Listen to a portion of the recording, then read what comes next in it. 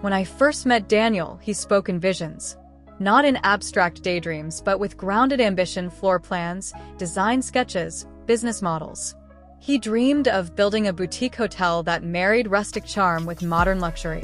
And I, Maya, a certified event planner with a soft spot for vintage aesthetics, was instantly captivated, not just by the dream, but by the man who carried it like gospel. Daniel didn't just ask for my love. He asked for my belief. And I gave him both.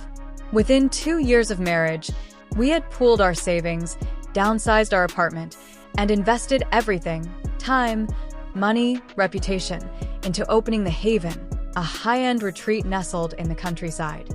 While Daniel focused on architecture and logistics, I poured myself into branding, customer experience, and social media strategy.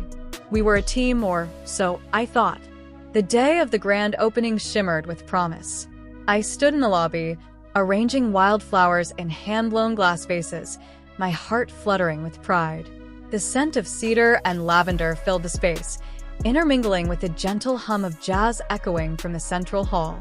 Daniel emerged from the office in a tailored linen blazer, his expression calm but electric with adrenaline. "You made this look like a dream," he said, kissing my forehead. His lips lingered longer than usual. I smiled. It was our dream. Our guest list included regional travel bloggers, local media, and our closest friends. One name on that list mattered more than most: Rena, my best friend since college, and now a lifestyle influencer with a devoted following. She had always supported me from the sidelines, but this was the first time she'd be promoting something tied so closely to my life. Rena arrived fashionably late, floating into the space with her usual flair, a silk-wrapped dress, perfectly undone hair, and the effortless confidence of someone who lived online. She hugged me tightly, complimented every inch of the hotel, and immediately began capturing content. "This is gold, Maya. I'm going to flood my feed with this place." Daniel took an immediate interest in her. At first, I was flattered. He escorted her around the property, explained the thought behind every design choice, offered her curated drinks from the bar. To an outsider, he was the consummate host. But to me, there was something else, a subtle tilt in his body language, a glimmer of attention too focused, too indulgent. "Let it go," I told myself. "This is business. He's just trying to make an impression." Over the next few weeks, the Haven buzzed with inquiries and bookings, largely thanks to Rena's exposure. She'd created a highlight reel titled Weekend Escapes, Hidden Gems, and we were the star. I expressed my gratitude through late-night texts and brunch invitations. Rena, always sweet and gracious, said, "This place is magic, Maya.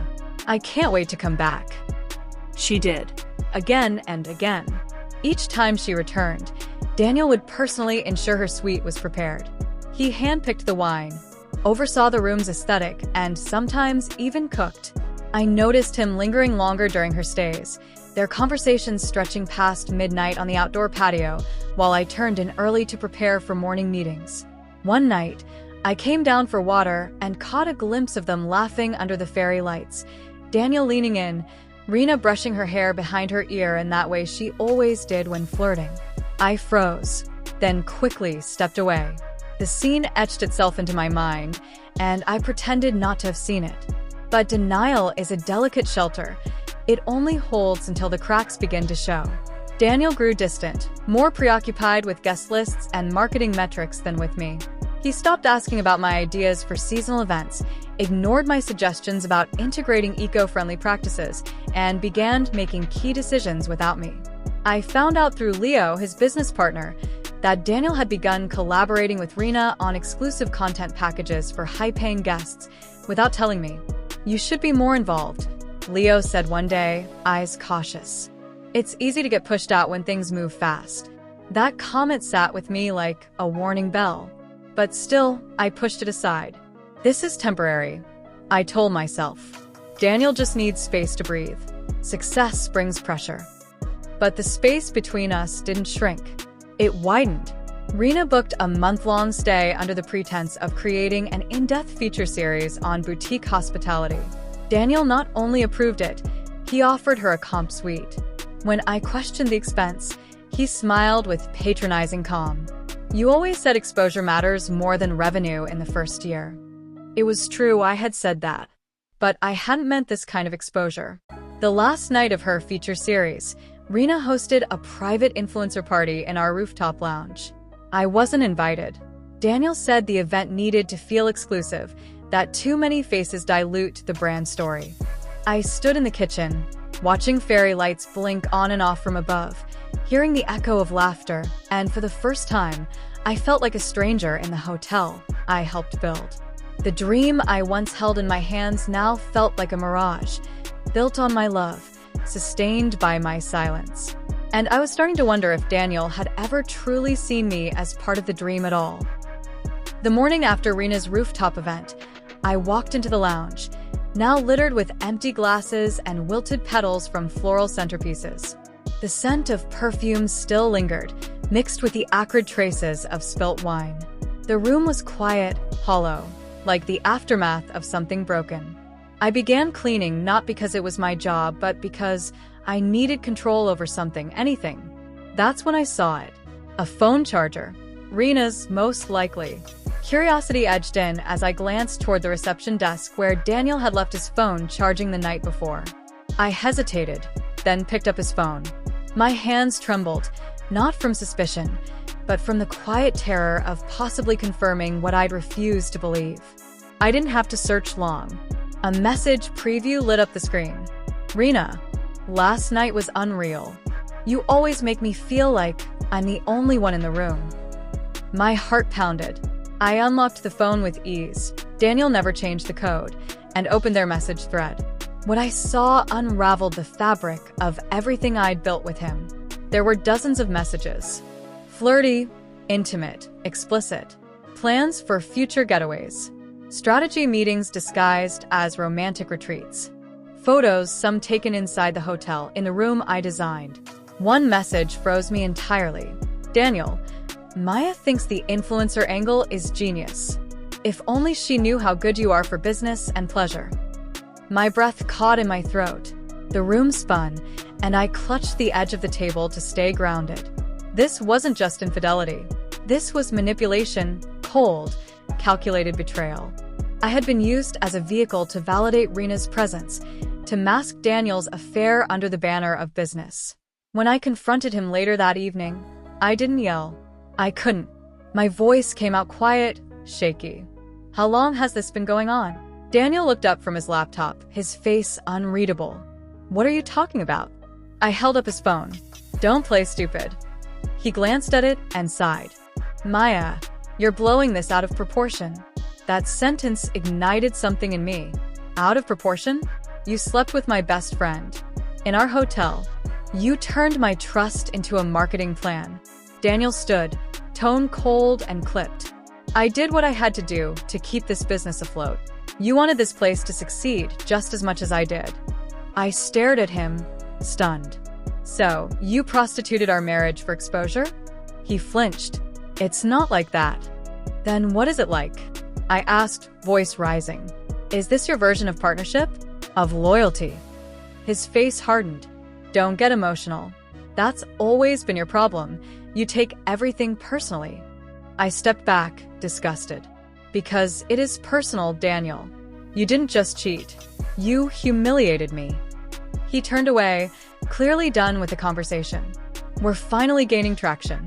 Don't destroy this over some misplaced morality. In that moment, I saw him for what he truly was. Not a dreamer, not a partner, but a man willing to trade intimacy for influence, loyalty for leverage. The following days were a blur. Rena left the hotel abruptly, her influencer feed suspiciously quiet. She didn't answer my calls. I wasn't surprised. Daniel carried on like nothing had happened, overseeing operations, greeting guests, flirting with new influencers, as if I were invisible. The staff whispered when they thought I wasn't listening. I had become a ghost in my own home. Leo noticed. He found me one afternoon sitting in the garden gazebo, eyes fixed on a single blooming hydrangea. You look like someone who's lost more than just trust, he said gently. I didn't respond right away. Then, did you know? He nodded once, slowly. I had suspicions. I told him it was reckless. Told him he was destroying the best part of the hotel, you. His words cracked something in me. Not because they were flattering, but because they acknowledged what Daniel never had. My worth. Leo sat beside me, silent for a moment. Then he said, "You have options, Maya. You don't have to stay tethered to this place."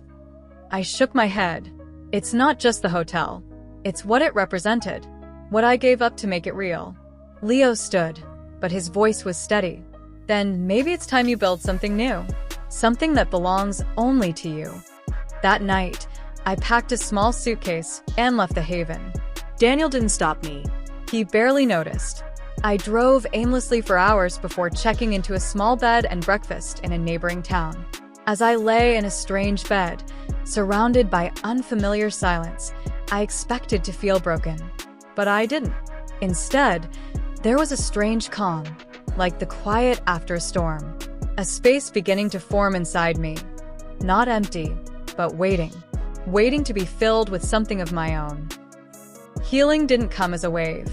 It came in fragments, quiet mornings, solitary walks, journal pages inked with rage and clarity. In the silence of the bed and breakfast, I shed my identity as Daniel's wife. Piece by piece, I reclaimed Maya. But grief has sharp edges. Some nights I replayed every moment. The meetings I planned, the guests I welcomed, the way Daniel looked at Rena like I'd never existed. The betrayal wasn't just romantic, it was professional, spiritual. He hadn't simply broken my heart, he'd stolen my voice. I began documenting everything, not to lash out, but to preserve the truth. Dates, messages, financial decisions made without my consent. Leo had been right, I needed to build something that belonged only to me. I launched a blog under a pseudonym, The Silent Partner. It chronicled stories of women erased in their own ventures, women like me who had given everything and been written out of their own narratives. It was raw, personal, and resonant. Within weeks, traffic exploded. Comments poured in. I wasn't alone. Then came the call. "I think you should see something," Leo said. We met at a cafe, far from the Haven. He slid a USB drive across the table. "These are internal records. Daniel's been shifting shared assets into a separate account under his name. He's preparing to cut you out entirely." My stomach nodded. "Why are you helping me?" Leo met my gaze. "Because you created that hotel just as much as he did. And you deserve the chance to fight for your name." That night, I opened the files. There was paper trails, forged signatures, contract amendments I never signed. Daniel had underestimated me. Again. I didn't scream. I didn't storm the hotel. Instead, I lawyered up. My attorney built a strong case. Misuse of marital assets, unauthorized contract changes, breach of trust. The legal letter we sent was precise and calm, but devastating. Daniel responded with venom. He called, texted, emailed. "Daniel, you're ruining everything we built." Me. "No, Daniel. You ruined it. I'm just reclaiming what's mine." Publicly, I remained silent. Privately, I fed the Silent Partner blog with anonymous updates, not naming names, but telling the emotional truth. Word spread in influencer circles. Rena's name resurfaced, this time not in ad campaigns, but in controversy threads. She issued a vague statement about past mistakes, but the internet was less forgiving. Meanwhile, the Haven faltered. Bookings dropped. Several staff members quit. Guests left reviews complaining of cold management and a fake atmosphere. The hotel Daniel built on image was collapsing under its hollow foundation. I should have felt vindicated, but I didn't. Revenge, I realized, was only satisfying if you stayed bitter. I didn't want to stay bitter. Instead, I wanted peace. When Leo invited me to lunch weeks later, he had an idea. "I've been offered funding to open a new hospitality venture. A real retreat, sustainable, inclusive, grounded in ethics. I want you in." As an equal. I hesitated. "You trust me that much?" He smiled. "You've already proven who you are. I just want to help you prove it to the world on your terms." We didn't shake hands that day. We toasted over coffee. 6 months later, I walked through the soft-lit lobby of the Nest, our new property tucked deep in a forested ridge. No velvet ropes, no influencer press kits. Just stories, community, and purpose. I was no longer Daniel's wife. I was Maya, the co-founder, the visionary. The blog continued, too. Women reached out, sharing how the stories gave them courage to leave, to speak, to rebuild. The silent partner had become a voice for the voiceless. As for Daniel, we finalized the divorce quietly. He lost his hold on the Haven, which was later sold and rebranded by new management. Rena vanished from social media for a while. I heard rumors, but I no longer cared to chase them. One day, I found myself passing the Haven on a detour. I parked across the street, stepping out just long enough to look. The new sign gleamed, the name changed, the facade repainted. It looked beautiful, but it wasn't mine anymore. And that was okay. I didn't feel loss. I felt distance. Growth. Relief. As I turned to leave, a couple approached, asking if I could take their photo in front of the old building. I smiled, took the picture, and handed the phone back. "It's lovely," the woman said. "Have you ever been?" I looked at the building one last time, then said simply, "Once. A long time ago." And I walked away, the past behind me, the future wide open.